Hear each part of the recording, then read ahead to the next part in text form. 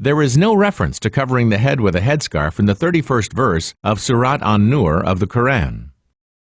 Say to the believing woman that they should lower their eyes and guard their private parts and not display their adornments, except for what normally shows, and draw their head coverings across their breasts.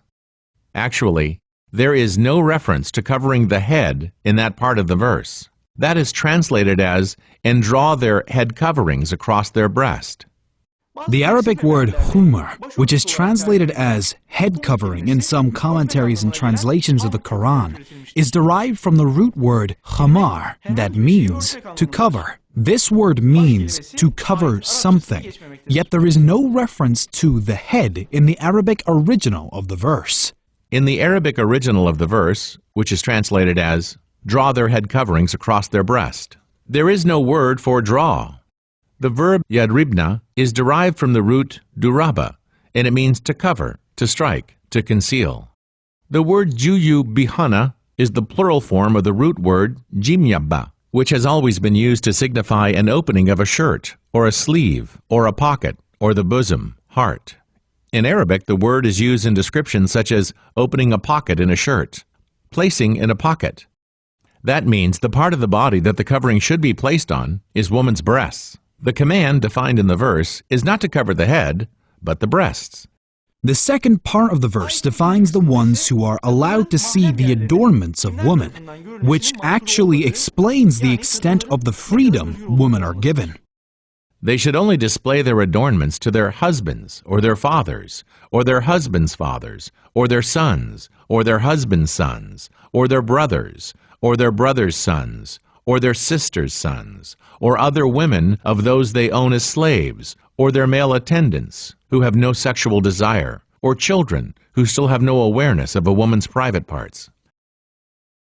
The verse states that apart from their husbands, there is no drawback for their male attendants who have no sexual desire or children who still have no awareness of women's private parts to see women's adornments. This information shows us that there is a reference to genitals and breasts in the word adornments. Consequently, the 31st verse of the Surat An-Nur actually explains the broad extent of the freedom women enjoy. There are grave inconsistencies in the hadiths used to claim that use of headscarves is fard, religious obligation. The impaired reasoning of those who put forth these hadiths is noteworthy. First, let us have a look at the related hadiths.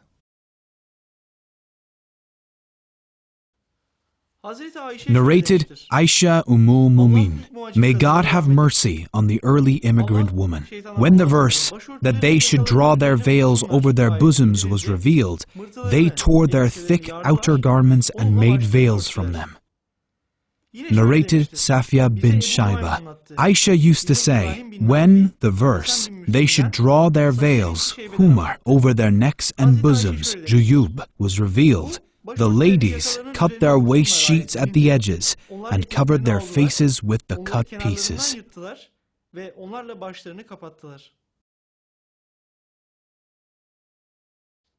Narrated Aisha, al-Mu'minin. Safiya, daughter of Shaybeh, said that Aisha mentioned the women of Ansar, praised them and said good words about them. She then said, when Surat An-Nur came down, they took the curtains, tore them, and made head covers, veils, of them.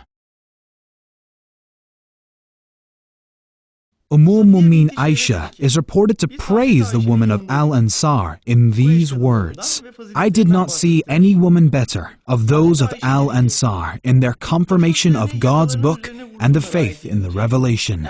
As soon as the chapter of An-Nur was revealed, containing the words, and they draw their head covers over their neck slits, and they were informed of it by their men, every one of them, without exception, took her robe, shawl, and wound it around her head, in conformity with and faith in what God had revealed in His book. They came next morning behind the messenger with those wound robes on their heads, as if a crow was sitting on their heads.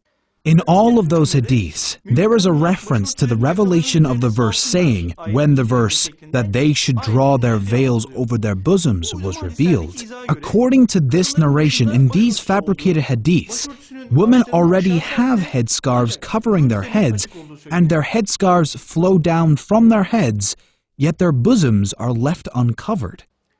According to the fabricated hadiths and according to the wording added to the verse, while women already had a cover on their heads, it is stated that they need to cover their bosoms with that large part of cloth flowing down from their heads. So, it is claimed that women need to use this cover here, which is claimed to be there already, and cover their bosoms with this wide piece of cloth.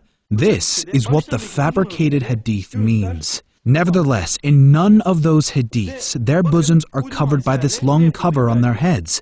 Now see what these fabricated hadiths claim. According to these fabricated hadiths, when the verse is revealed, it is stated that women cut off a piece of cloth from their skirts or from their dresses and added another cover on their heads that are already covered.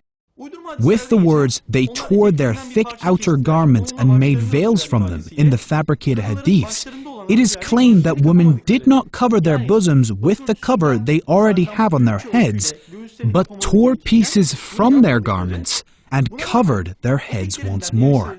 By doing so, they would not be abiding by the command to draw their head coverings across their breasts, which they claim belongs to God. So that is the cover flowing down from their heads, and they do not abide by this command.